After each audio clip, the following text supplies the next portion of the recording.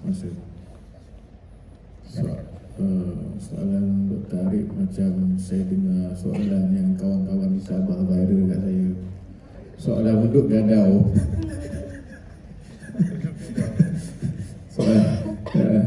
Dan saya berimaginasi Jasmina sebagai ratu unduk gadau yang cuba menjawab soalan itu dengan susah payah. Masalah soalan tu apabila kawan-kawan saya di Sabah viralkan itu masalah bahasa. Masalah bahasa, bagaimana nak mengaitkan bahasa. Dia kata tentang keluarga, kemudian dia kata tentang kejaya, kemudian dia kata apa kaitan dengan Ratu Unduk Gadau. Jadi saya macam, lepas tu bila Dr. Ramzah Dambul, kawan saya Dr. Ramzah Dambul buat ulasan panjang lebar, baru saya jelas apa yang cuba nak disampaikan, tapi memang tak ada apa nak disampaikan. Dia tak dapat menemukan satu pertautan pemikiran, satu pertautan apa yang nak dibawa. Dan soal berbahasa inilah yang paling penting, yang kadang-kadang kita tak dapat nak membawa fikiran kita melalui bahasa yang kita gunakan. Masalah terbesar apabila kita tak dapat nak membawa fikiran kita dengan bahasa yang kita gunakan adalah vocabulary, pembendaharaan kata. Pembendaharaan kata, kita kurang pembendaharaan kata, itu pertama. Jadi saya kurang menghadapi masalah pembendaharaan kata kerana saya secara tak langsung, secara kebetulan banyak masuk dalam kepala saya melalui pembacaan untuk mengisi masa-masa kosong saya, masa-masa saya beradaptasi dengan sekitaran baru. Jadi banyak bacaan masuk. Jadi dengan banyaknya, begitu banyak bacaan yang masuk, jadi pembendaharaan kata dalam kepala saya banyak. Saya boleh keluarkan macam-macam perkataan, sehingga saya boleh keluarkan perkataan yang tak ada dalam kamus pun. Jadi saya sentiasa bertentangan dengan rakan-rakan editor kerana mereka menggunakan perkataan-perkataan yang ada dalam kamus. Tapi Dr. Arif dia ahli bahasa, tapi saya taklah dengan dia, sebab dengan orang bahasa lah, kawan-kawan dia dah bahasa dulu-dulu. Saya kata sastra ni di atas linguistik. Wah, ego lah kan. Sebab sastra ni dia ada lesen poetika dia, lesen dia untuk mencari. Contohnya saya kata kataan Syahnun, pengetayan tu tak pernah ada dalam kamus sebelum tu. Selepas Syahnun guna, dia masuk dalam kamus. Tapi Dr. Arif tak ada masalah, sebab dia dalam masa yang sama, dia ahli bahasa dan dia juga ahli sastra. Dia boleh blend, boleh gunakan kedua-dua kepakaran dia untuk menggunakan bahasa. Dan ahli bahasa yang sangat tegar, dia akan membantah banyak penggunaan-penggunaan. Jadi hal ini yang selalu pertentangan antara saya dengan kawan editor di bidang bahasa, kerana mereka skema linguistik yang betul. Tapi dalam kreatif, kita mencipta bahasa, kita create, itu nama kreatif, kita create. Jadi saya suka mencipta bahasa. Kadang-kadang bahasa yang datang tiba-tiba saja, terbokeh, tak ada dalam kamus. Tiba-tiba saya kata, oh ada perkataan tu, macam mana tanah tu kena keluar daripada kita campur. Bahasa tu kadang-kadang dia datang daripada bahasa daerah, bahasa yang kita dengar. Saya kaya dengan hal itu kerana saya ni boleh menggunakan bahasa timur, utara, selatan, semua saya boleh. Saya boleh cakap bahasa Kelantan. Itu boleh juga. Apelai. Jadi saya boleh menggunakan bahasa di Kelantan, saya boleh guna bahasa dialek Terengganu, saya utara, Kedah, Pulau Pinang. Kemudian saya boleh guna bahasa Negeri Sembilan dan sebagainya. Jadi dialek-dialek itu bermain dalam kepala saya, walaupun saya tak gunakan sepenuhnya, tapi satu dua perkataan dia akan lahir apabila kita menulis mengikut kesesuaian masa. Dan ini yang saya selalu gunakan dalam proses kreatif saya. Jadi keindahan bahasa juga dia datang daripada pembendaharaan katanya juga, daripada buku-buku yang kita baca. Banyak buku-buku yang kita baca ni melahirkan banyak kataan-kataan indah. Saya sentiasa ingat, saya banyak kali lah saya sebut kan, macam kata-kata bila saya baca dalam satu-satu novel, satu-satu karya, apabila dia membunyikan kata-kata itu kuat, dia akan melekat dalam kepala saya. Sampai sekarang saya baca novel Pramodia Anantatoy, Keluarga Geria, tu dalam usia saya belasan tahun, masih bersekolah. Tapi sampai sekarang saya ingat satu perkataan. Dia kata kenapa memberikan apa yang kita perlukan kepada orang yang lebih memerlukan adalah kebahagiaan. Dia tak perlu berbunga-bunga, matahari kembang mekar apa semua kan, sejadah keinsafan apa semua, tak perlu lah. Tapi dia datang dengan satu perkataan yang datang mencerminkan hidup, memberikan apa-apa yang kita perlukan kepada orang yang lebih memerlukan adalah kebahagiaan. Dan kadang benda-benda ni kita rasakan. Kita ada RM10 kan, tapi bila datang orang minta bawa anak, kita rasa tak ada dah duit kecil, RM1 tak ada, dah RM10 tu ya. Kata kita bagi. Bila kita bagi tu, kita tak rasa kehilangan, kita rasa wah, satu perasaan lega dalam diri kita dah membantu. Saya teringat kata-kata tu Dan kemudian masa saya remaja, so saya kongsikan banyak dengan di dalam satu stream saya, masa pesta buku sebab stream. Dan anak-anak muda ni, dia banyak masalah mental sekarang ni, banyak sangat. Saya tak tahu kenapa. 3 tahun saya ambil pembantu, 3 tahun yang masuk ada masalah ni, bipolar disorder, macam-macam dia punya fobia tu, ODD apa ni, jenis obsessive disorder, macam-macam ada. Dia bukan setakat ada masalah itu, dia ada ubat. Ada ubat yang dia makan. Dan satu ketika bila saya stream satu di bawah-bawah ni, dalam ni dia dah duduk dekat tasik nak terjun. Cuma dia kata, Tuhan, jika ini pengakhiran aku reda kan. Dan itu dia tulis dalam novelnya, Pari-Pari Suria. Tapi budak ni dah sembuh. Dan ketika dia cakap tu, telefon bunyi dan kawan dia telefon, kau buat apa? Kau jangan buat tu, kau datang. Jadi dia balik, dia baca buku, dia baca 50 buku. Saya kata itu masalah saya juga masa saya 20 tahun. Saya datang daripada keluarga yang semua berjaya. Abang saya habis belajar di MCKK terus keluar negara tu, kat Amerika Syarikat. Kakak saya tu dia masuk medik apa semua. Saya tak sesuka merampit lah apa semua, jadi kurang berjaya. jadi saya ada masalah macam-macam je.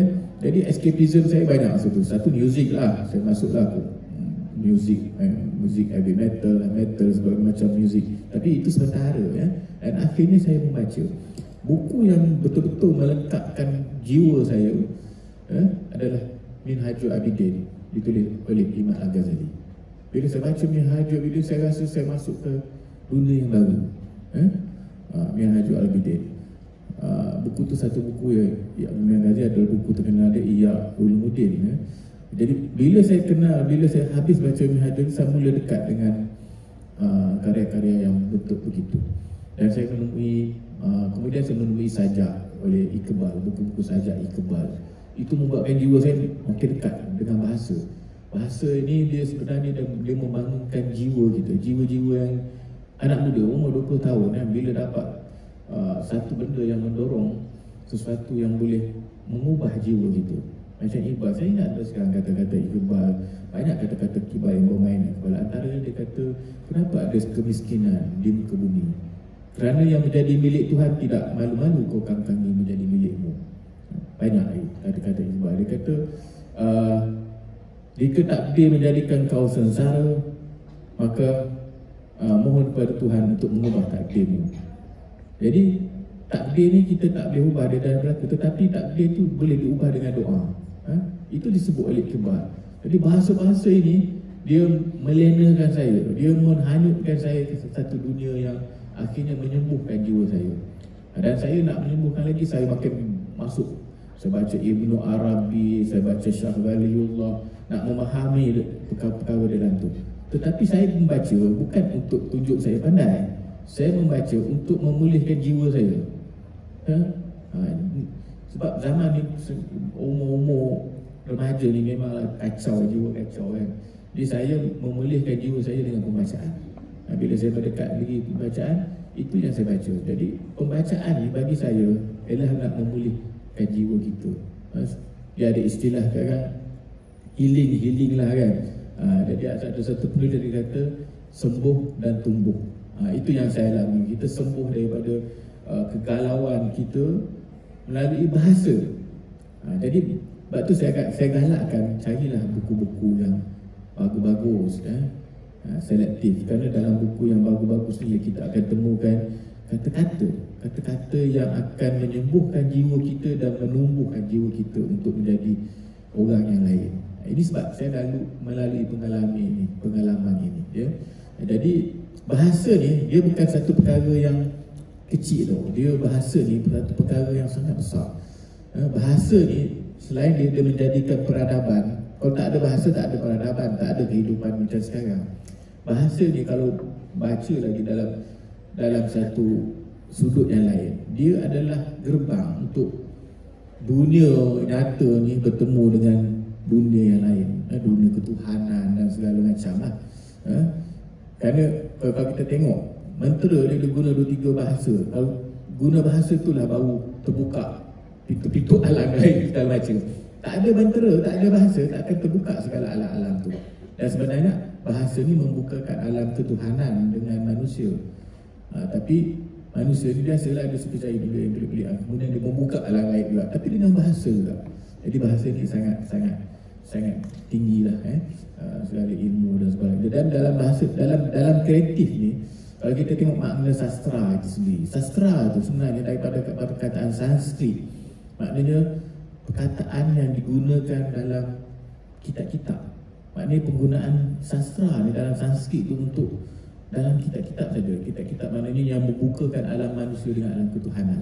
Jadi bahasa itu mesti indah, mesti bahasa-bahasa yang membawa makna dan menghubungkan jiwa, antara jiwa manusia dengan jiwa alam ketuhanan. Jadi bahasa tu sesuatu yang sacred, sesuatu yang suci, ya. Jadi untuk pelajar-pelajar yang akan menjadi guru, saya sangat menggalakkan untuk mencari kemudian buku-buku yang ada bahasa-bahasa yang kita akan dapat gunakannya untuk menumbuhkan jiwa anak-anak pelajar kita, anak-anak bangsa kita. Ya, itu sedikit perkongsian. Terima kasih Saudara Zakir, Siti Jasmina. Apa yang mereka berkatakan tadi seolah-olah dah memasuki pada soalan ketiga saya, iaitu bagaimana mengaplikasi bahasa dalam karya penulisan mereka. Maksudnya mereka menyatakan tentang situasi dalam karya-karya yang ada dan dalam pengalaman mereka sendiri, dan kita nampakkan itu juga lah yang diaplikasi dalam penulisan mereka. Jadi dah terjawab juga soalan ketiga sebenarnya, kan? Jadi kita ke soalan yang keempat, dan ada soalan bonus, soalan yang kelima menggantikan soalan itu. Kita tengok, kita nak faham bahawa penghasilan karya sastra ini adalah untuk bacaan umum masyarakat. Saya minta semua catatkan kata-kata yang sangat indah saya katakan tadi, yang pernah yang dikatakan oleh SM Zakir tadi. Memberi itu adalah satu kebahagiaan, kan? Memberi apa yang kita perlukan. Memberi apa yang kita perlukan kepada orang yang lebih memerlukan. Kepada orang yang lebih memerlukan adalah kebahagiaan. Memberi apa yang kita perlukan kepada orang yang lebih memerlukan adalah kebahagiaan. Itu kata-kata Pramodia Anantatur dalam Keluarga Gerila, kisah peperangan zaman perang yang novel tu hanya berlangsung 2 hari, 1 malam macam tu saja. Dia mula sampai habis dengan sepak terjang dan gaduh-gaduhnya dari segi perjuangannya, tapi sangat membakar jiwa dan pernah dijadikan teks untuk tingkatan 6 beberapa tahun sampai dunia lah buku tu, kata lebih dia tingkat sekolah.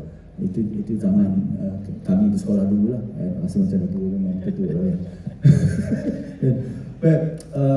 Yang ingin kita dapatkan daripada panel kita adalah macam mana lah ya, agaknya untuk kita menggalakkan masyarakat supaya menggunakan unsur keindahan atau seni bahasa ini dalam keadaan formal atau tidak formal. Ini bukan berkaitan dengan karya sastra juga, ini dah masuk kepada hal-hal lain.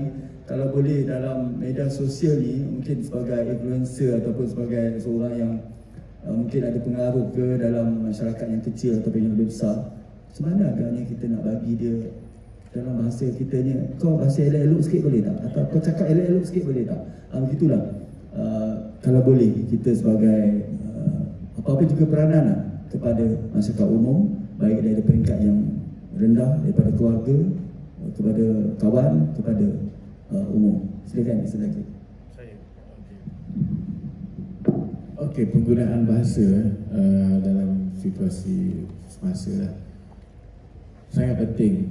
Contohnya paling mudah seperti soalan tadi lah, soalan untuk ngandau tadi. Itu pertandingan besar, tapi bila soalan itu diberikan dengan penggunaan bahasa yang agak janggal, dia akhirnya merosakkan keseluruhan hal-hal kata pertandingan yang besar tersebut. Dan para pelajar akan bertemu dengan keadaan ini apabila para pelajar masuki dunia kerjaya. Pentingnya penggunaan, kita nak menggunakan bahasa, banyak perkara yang para pelajar akan temukan dalam mesyuarat, buat minit mesyuarat dan sebagainya, buat laporan. Dan kalau masuk dalam dunia kerjaya ni macam-macam yang buat. Kalau masuk kena buat laporan ke parlimen, siapa-siapa yang terlibat dalam kementerian kena buat laporan ke parlimen. Sebab saya banyak temu kawan-kawan yang cuba meminta tolong nak mengarang dan sebagainya, sebab nak mendapatkan bahasa yang baik tersebut. Jadi dalam media sosial ni sebenarnya penggunaan bahasa yang kita kata, sebab kadang-kadang TikTok sekarang 15 saat walaupun tak sampai seminit kan kadang-kadang. Jadi nak bahasa-bahasa yang cepat, yang macam boleh funky-nya, boleh chill-nya, macam-macam perkataan dia orang kan ni kan, coki, crunchy, macam lah bahasa-bahasanya. Tetapi pada akhirnya kita akan menemui bahasa-bahasa yang bagus juga, yang apa ni, yang akan diikuti oleh ramai. Saya tengok banyak dalam media sosial, dalam reel, dalam TikTok ni ada penggunaan bahasa-bahasa yang kuat, akan memberikan pengaruh.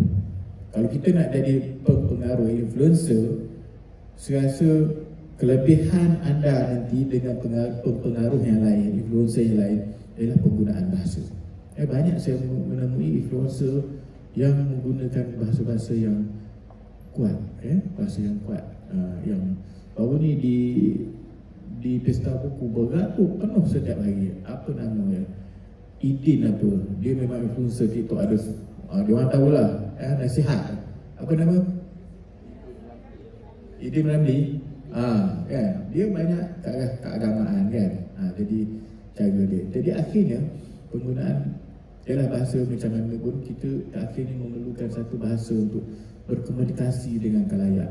Dan cara kita meletakkan bahasa itu yang akan membuatkan bahasa-bahasa kita akan menjadi berkesan. Saya suka dengar lirik-lirik lagu, antaranya lirik lagu Iwan Fall. Dia kata, nak turunlah daripada pangkuan ibumu, datanglah kepada bapakmu, kerana engkau lelaki, kelak engkau akan hidup sendiri. Jadi jangan aku nak manja-manja, kelak kerana engkau datanglah ke sini bapakmu ni, kerana engkau adalah lelaki, kelak engkau akan hidup sendiri. Jadi bahasa tu mudah aja, kelak kau akan hidup sendiri, kerana engkau lelaki, kelak kau akan hidup sendiri. Bahasa-bahasa sedap ni, dua perenggan dia kalau masuk dalam TikTok ke, dalam apa ke, dia akan memberikan kekuatan kepada anda untuk menjadi pengaruh. Jadi belajarlah menggunakan bahasa-bahasa yang baik. Kerana bahasa-bahasa yang baik ni, percayalah, baru para pelajar akan mendapat, kita kata, kelebihan daripada yang lain apabila kita menguasai bahasa. Kadang-kadang kita tengok bahasa ni emeh aja kan, cakap apa pun asalkan orang faham. Tapi apabila kita bertemu dengan satu keperluan, keperluan kita nak menjadi influencer, keperluan kita dalam kerjaya, kita akan menemukan kekuatan kita akan melebihi orang lain kalau kita ada kelebihan dalam bahasa. Dan kita akan melihat kekuatan orang lain melebihi kita kerana kalahnya kita dalam penggunaan bahasa. Itu pengalaman yang akan dilalui oleh para pelajar, yang telah dilalui oleh kami di sini. Jas. Kalau nak kaitkan dengan komunikasi zaman sekarang, yang mendominasi dunia media sosial ni lebih pada orang muda yang 30 tahun ke bawah 13-12 tahun pun dah start, dah mula kan. Dan 30 tahun yang bila atas daripada 30 tu dah lebih matang. Memang kalau kita tengok secara keseluruhan ni memang menakutkan, sebab lebih banyak yang macam Tuan Zaki kata tu, memang ada yang berkualiti, yang baik, yang masih baik, dan dikongsi ramai pengaruh. Tapi juga ramai juga yang jenis yang ambil mudah dengan penggunaan bahasa. Sebab satunya mereka rasa mereka mempunyai pengaruh dalam ruang komuniti dia, follower dia, pengikut dia. Jadi kalau dia buat apa pun semuanya dihalalkan. Dia nak cakap apa pun pengikut dia akan setuju. Sedangkan implikasinya, kesannya yang besarnya pada yang pengikut ni, pada dia tak tau, pada kita yang mengikut ni. Tanpa kita perasan, kita telah dididik, telah brainwash secara hiburan, secara halus, yang bercakap begini, menggunakan perkataan begini, menggunakan ayat begini tu tak apa, dan nampak bagus, nampak hebat. Dan kalau kat media sosial memang kita tak boleh nak tahan. Mana ada undang-undang kata kalau cakap macam ni kena saman, kena cakap ni kena tangkap polis, tak ada. Memang bebas. Dan bila kita dah publikkan, maksudnya semua orang boleh beri pendapat, boleh komen, sama ada komen baik atau komen tak baik. Jadi yang boleh kita buat ialah mana yang sedar, mana katakanlah di kalangan seperti kalian, seperti kalangan penulis, kalangan mereka yang mempunyai peranan secara profesional, secara kerjanya ialah terlibat dalam dunia bahasa, dunia sastra, dan yang masih ada ilmu untuk mendidik secara tak formal, kena teruskan dan sampaikan dengan cara yang baik. Sebab kalau kita nak sekat yang tak baik ni, kita tak ada kuasa. Tetapi bukan bermakna kita diam. Jadi kita yang pandai ni, yang macam pandai ni, kita gunakan cara yang betul. Dan nanti bila ramai, bila didikan tu, kita kata kalau kita mengajar, kita ada anak murid, kita sampaikan, jadi anak-anak kita ni, pelajar-pelajar kita ni akan mengikut. Mereka walaupun di kalangan yang banyak-banyak tu, mereka akan ada pendirian, ada jati diri yang kuat untuk kekal menggunakan bahasa yang baik, memberi komen yang baik, menyampaikan perkara yang baik. Saya percaya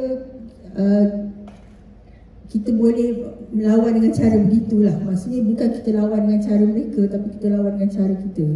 Kalau macam katakanlah balik pada kami, pada kalangan penulis, apa yang dia terbitkan, apa yang mereka terbitkan, apa yang saya tulis, apa yang keluar di kaca TV, apa yang keluar di filem, apa yang mereka dengar di radio, selagi boleh kita sampaikan yang baik, dengan bahasa yang baik. Cuma satu, kalau katakanlah TV, katakanlah cerita drama biasa ni, maknanya cerita kita, cerita biasa, tidak boleh, kalau katakanlah dialog, saya ambil dari segi dialog, tidak bolehlah kita nak suruh mereka bercakap seperti bahasa baku. Awak nak pergi mana? Baiklah kita pergi makan. Memang pelakon pun tak nak cakap benda tu. Dia kata kenapa dia kena cakap macam ni? Dia akan cakap macam kita cakap sekarang, macam saya cakap sekarang. Tapi secara naturalnya, apabila mereka berlakon, mereka adalah pelakon yang baik, ayat tu dia akan jadi natural. Dia tak ada jadi macam kayu lah. Dia akan cakap, dari mana? Mari kita makan. Bahasa tu nampak macam bahasa santai, tapi susunan bahasanya betul. Tidaklah macam guna bahasa campur, rojak yang terlalu sampai kita tak faham. Ada singkatan-singkatan yang dah jadi bunyi, tak tahu apa bunyi dah kan. Selagi setakat ini, kalau stesen TV, katakanlah RTM, TV3, Astro pun, mereka beri pesanan itu. Maknanya boleh berbahasa campur, tetapi harus jelas. tak boleh terlalu kasar, tak boleh terlalu rosakkan bahasa. Mereka sentiasa pesan benda tu. Cuma kita tak boleh, kalau watak tu tak boleh semualah yang cakap dengan bahasa-bahasa yang cantik. Dia harus mengikut watak. Kata kalau watak tu dia seorang, dia memang latar belakang dia memang selalu cakap bahasa-bahasa yang indah-indah ni, kata ada penyair ke, bolehlah kita lepaskan. Ataupun dia adalah guru, mentor kepada seseorang, kata kalau watak tu seorang bapa disegani oleh orang kampung, kata contohnya, jadi cakap itu bahasanya beralas, ada kiasnya, ada beradabnya, jadi itu semua boleh dilepaskan. Kalau generasi muda pula, orang-orang muda, orang sangka orang muda semua jenis hype, jenis cakap lepas, tapi kita create pula watak ni yang cakapnya berbahasa. Tapi mesti ada kontranya, ada watak yang tak berbahasa sangat, jadi ada watak yang berbahasa, jadi akhir nanti yang berbahasa ni lebih ke depan, yang ini dia belajar satu. Jadi itu antara cara-cara kalau kita tak boleh berhenti lah maksudnya, sebab kita kena kejar yang tak berapa elok ni. Sebab memang kita tak boleh sekat, tapi kita boleh terus gerak sama. Kalau mereka laju, kita kena laju juga. Kalau dunia TikTok ni pantas, macam kalau Zaki cakap, hanya satu ayat kalau kita gunakan benda tu boleh melekat orang kongsi ayat tu tanpa mereka sedar yang mereka menggunakan bahasa yang baik. Mereka sandarkan dengan ayat-ayat yang baik. Kalau macam dekat IG pun, dekat Reel kan, kadang-kadang mereka kongsi Rumi kata, ikut jalan dia, Rumi kata, Iqbal kata, mereka ambil satu baris je. Lepas tu kata kalau ayat-ayat. Jadi kalau benda tu dikongsi, tanpa mereka sedar, ini dah ada dalam kepala dia. Yang dia tak perasan kita dah brainwash secara halus dengan cara yang macam tu. Sebab kalau orang muda ni kita nasihat dia tak jalan kan, cakap jangan tulis macam tu, memang tak. Lagilah dia protes kan. Jadi mana yang korap, yang tulis yang korap tu memang kita tak boleh nak buat apa, tapi dengan harapan bila yang makin ramai yang belajar ni menyampaikan benda yang baik dengan cara yang baik, teknik yang baik, yang tak berapa elok ni pun akan peratusnya akan berkurang. Saya ambil contoh ni lah, tapi ni kat Indonesia waktu zaman ayat-ayat cinta keluar, sebelum tu kan zaman Ayu Tami semua tu penuh dengan novel-novel erotis. Yang novel-novel erotis ni yang diangkat sebagai novel sastra, katanya novel terbaik, novel hebat, novel berani, penulis wanita yang sangat berani menyampaikan apa yang berada dalam kamarnya, apa dalam bilik air, apa yang dibuat secara peribadi.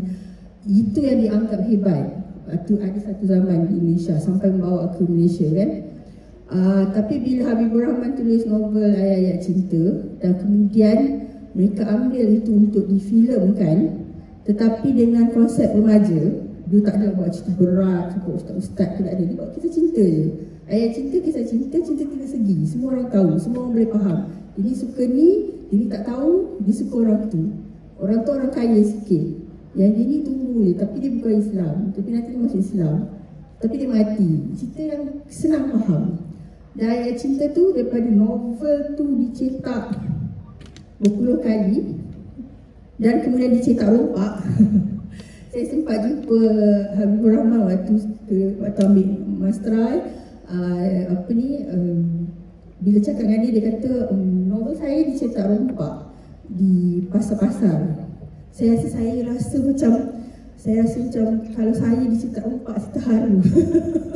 Sebab kita nak jual buku yang tak cetak rompak pun susah. Mereka yang original dah habis, jadi mereka ambil, di print, nampak macam sama, dia kan dia tunjuk ini novel original saya, dia punya ayat-ayat cinta tu perkataannya timbul, emboss kan. Yang cetak rompak dia rata je, tapi sama, gambar colour sama, tapi dia tak timbul. Harganya murah dan itu laku, 10,000 kopi, 20,000 kopi, habis. Tapi duit dia tak dapat lah, cetak rompak kan. Jadi dia kata satunya kerana filem dah difilmkan, satunya bila dah difilmkan lagi dicetak rompak. Tapi kerana filem ayat cinta tu, walaupun kalau mengikut Habibur Rahman tak sama lah dengan novel dia, adaptasi tu diringankan sebab kalau novel tu lagi berat kan, isu agama, isu antara dua negara kan. Tapi itu semua tak diambil lebih pada cinta dan soal agama. Kerana filem tu menjadi fenomena sampai ke Malaysia. Waktu saya pergi Indonesia tu, orang-orang Malaysia saya beli tiket tonton kat sana, berapa boleh tonton kat sini. Tapi nak rasa orang di Jakarta tonton wayang di Jakarta penuh, 3 hari penuh. Dan filem tu lama dekat panggung. Dan kerana novel dan filem itu, semua penulis dah mula menulis ke arah ayat-ayat cinta. Dah banyak pula mazhab cinta lah dah, semua mihrab cinta lah dah, semua dah mengikut cinta, sejadah cinta, semuanya ada perkataan yang Islamik dan ada cinta.